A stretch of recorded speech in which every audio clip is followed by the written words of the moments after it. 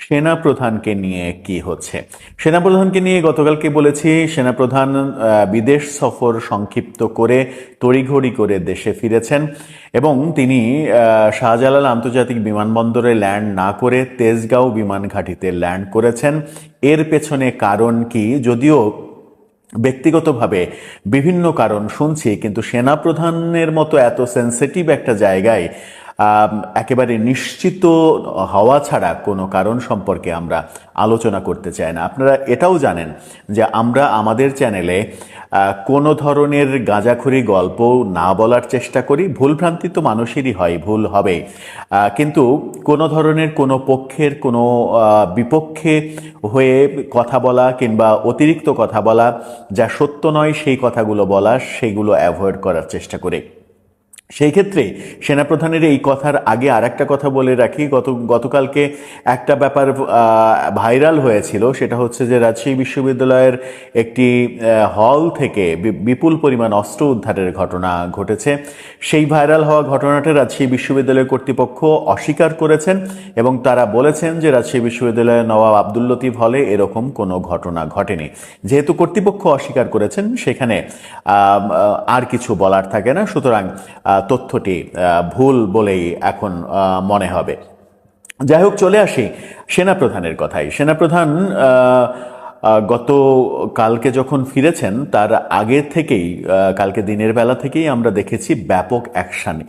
এর মাঝে আমরা মাগুরাই থানা আক্রমণ করেছিল বেশ কিছু শৃঙ্খল জনতা, সেখানে সেনাবাহিনী গিয়ে 1 মিনিটের মধ্যে সবাইকে তাড়া দিয়ে ছত্রভঙ্গ করে দিয়েছে।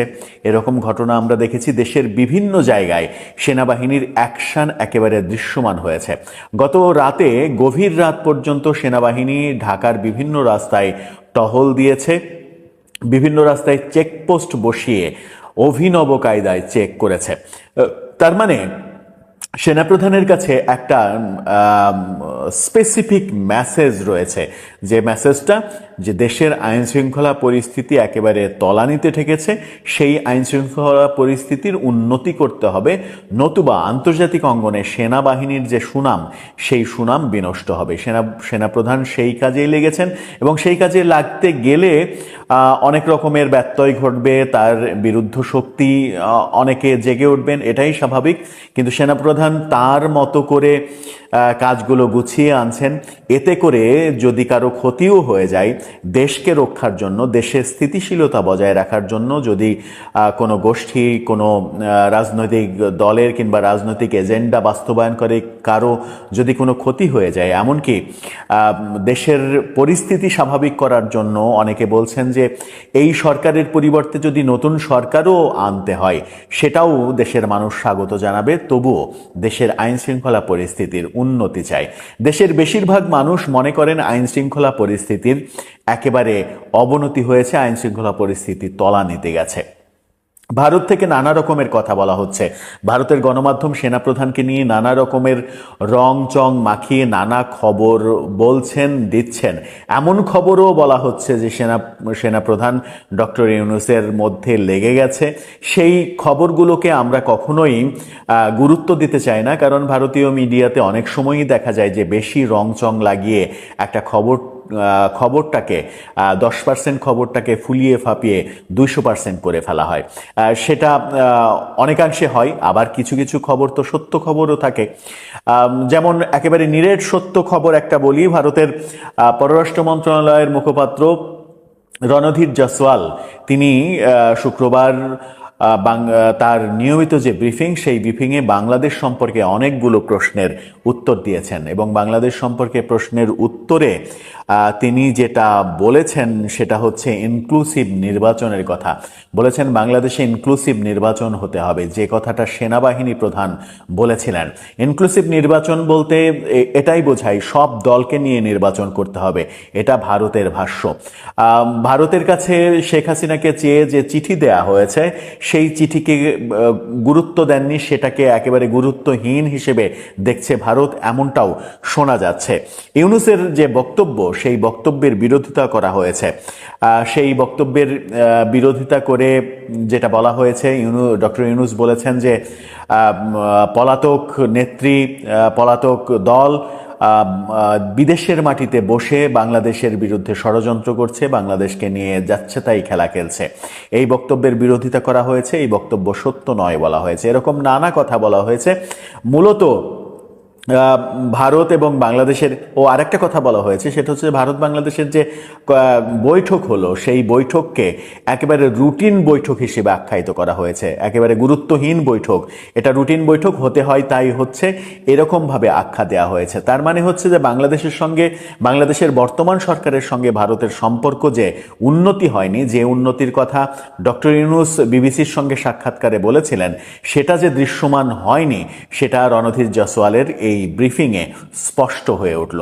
যখন তার এই ব্রিফিংয়ে স্পষ্ট হয়ে উঠল, তখন বাংলাদেশের আইন শৃঙ্খলা পরিস্থিতি নিয়েও কথা বলেছেন তিনি, যে আইন শৃঙ্খলা পরিস্থিতি একেবারে তলানিতে গেছে, সেই আইন শৃঙ্খলা পরিস্থিতি উন্নতি করতে হবে। সেই কথা যখন আমরা শুনছি, তখন বাংলাদেশে মসজিদে ঢুকে হত্যার ঘটনাও আমরা দেখছি। সেই ভিডিও যখন আমরা দেখি যে মসজিদে ঢুকে হত্যা করা হয়েছে, এ কোন বাংলাদেশে বাস করছে? এর আগে মসজিদে বোমাবাজি, মসজিদে হত্যা, এরকম ঘটনা শুনলে শুধুমাত্র পাকিস্তানের নাম আমাদের মনে পড়তো, পাকিস্তানে এই ঘটনাগুলো ঘটতো। কিন্তু এখন যদি বাংলাদেশে সেই ঘটনাগুলো ঘটে, তাহলে কারা এই ঘটনাগুলো ঘটাচ্ছে সেটা একটু ভালোভাবে আমার মনে হয় দেখা উচিত বর্তমান সরকারের। এদিকে সাবেক সমন্বয়ক, সাবেক উপদেষ্টা নাহিদ ইসলাম যে গতকালকে বলেছিলেন যে সমন্বয়ক বলতে, বৈষম্য বিরোধী ছাত্র আন্দোলন বলতে আর কিছু নেই, এখন থেকে এগুলোর অস্তিত্ব নেই, এগুলো করে সমন্বয়ক পরিচয় দিয়ে কেউ যদি কোথাও কিছু করে, তার দোষ আমাদের নয়। এই কথার সম্পূর্ণ বিরোধিতা করলেন তারই সহকর্মী, বৈষম্য বিরোধী আন্দোলনের অন্যতম সমন্বয়ক, অন্যতম নেত্রী উমামা বললেন, বৈষম্য বিরোধী ছাত্র আন্দোলন কিংবা সমন্বয়ক কোনো কিছুই এখনো বিলুপ্ত করা হয়নি। তার মানে হচ্ছে তাদের নিজেদের মধ্যেই কিন্তু একেবারে লেগে গেছে, তাদের নিজেদের মধ্যেই। উমামা দলে যোগ দেননি কিংবা সুযোগ পাননি, সেটা নিয়েও আলোচনা হয়েছে। এবার তিনি প্রকাশ্যে নাহিদের বিরোধিতা করলেন, বললেন বৈষম্য বিরোধী আন্দোলনের কোনো বিলুপ্তি ঘোষণা করা হয়নি। তার মানে হচ্ছে বৈষম্য বিরোধী ছাত্র আন্দোলন রয়েছে, সমন্বয়ক রয়েছে। যদি তাই থাকে, গতকালকে কলাবাগান থানা পুলিশের কাছে যৌথ বাহিনী, বিশেষ করে আর্মি 14 জনকে অ্যারেস্ট করে, সমন্বয়ক সহ, কলাবাগানের আহ্বায়ক, বৈষম্য বিরোধী আন্দোলনের আহ্বায়ক সহ 14 জনকে অ্যারেস্ট করে থানায় দিয়েছে। তার দায় নাহিদ এবং হাসনাত, সার্জিস এদেরকে নিতে হবে বলেও অনেকে মনে করছেন। এরই মাঝে আমরা দেখছি যে একটি বেসরকারি সংস্থা ইনোভেশন, তারা একটা জরিপ চালিয়েছে বাংলাদেশের জনগণের উপরে, 8টি বিভাগের জনগণের উপরে। তারা 10,696 জন মানুষের মধ্যে একটা জরিপ চালিয়েছেন, নির্বাচন সহ বহু বিষয়ে তারা জনগণকে প্রশ্ন করেছেন। সেই প্রশ্নের মাঝে যেটা ছিল, সেটা হচ্ছে যে সরকার যে সংস্কারের কথা বলছে, সেই সংস্কার কত পার্সেন্ট মানুষ চায়? মাত্র 9% মানুষ বলেছে তারা সংস্কার চায়। বাকি মানুষগুলো, অর্থাৎ 91% মানুষ চায় না সংস্কার হোক, তারা চায় নির্বাচন হোক। আইন শৃঙ্খলা পরিস্থিতি যে উন্নতি করা দরকার, 46% মানুষ বলেছেন আইন শৃঙ্খলা পরিস্থিতির উন্নতি হওয়া দরকার, আইন শৃঙ্খলা পরিস্থিতির উন্নতি চান তারা।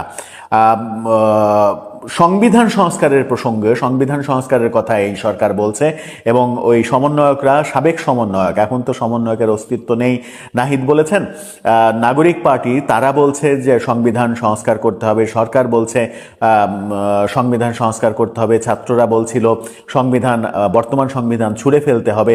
কিন্তু মাত্র 5% মানুষ সংবিধান সংস্কার চায়, বাকি 95% মানুষ সংবিধান সংস্কার চায় না। এই জরিপে সেটা উঠে এসেছে।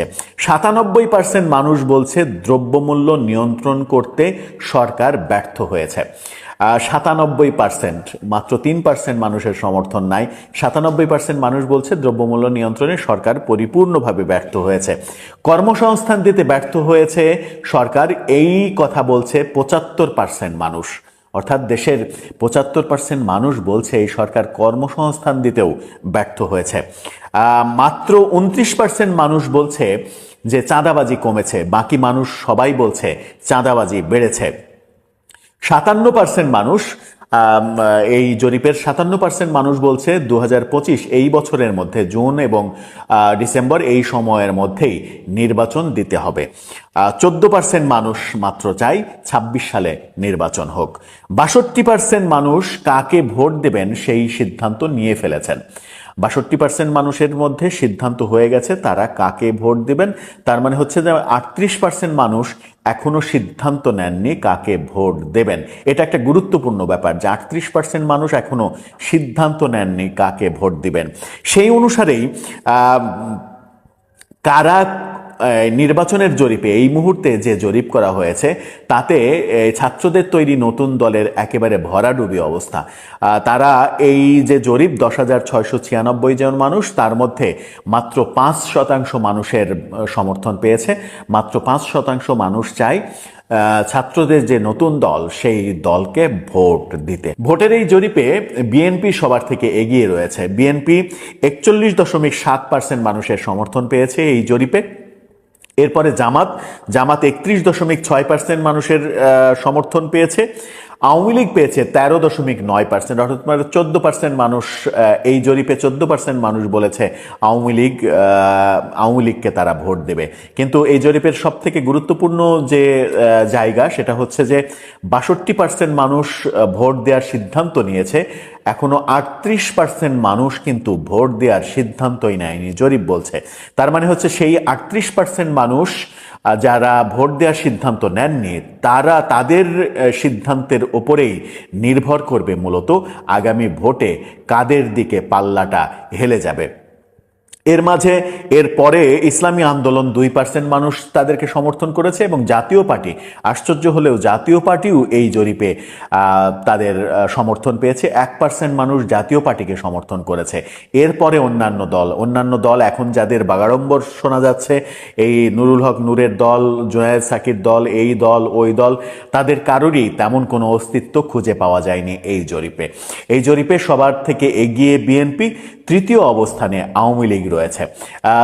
জামাতের অবস্থান দ্বিতীয়তে রয়েছে। এখন দেখার বিষয় সেটা হচ্ছে যে 38% মানুষ যারা ভোট দেওয়ার সিদ্ধান্ত নেননি তারা কোন দিকে হেলে পড়েন।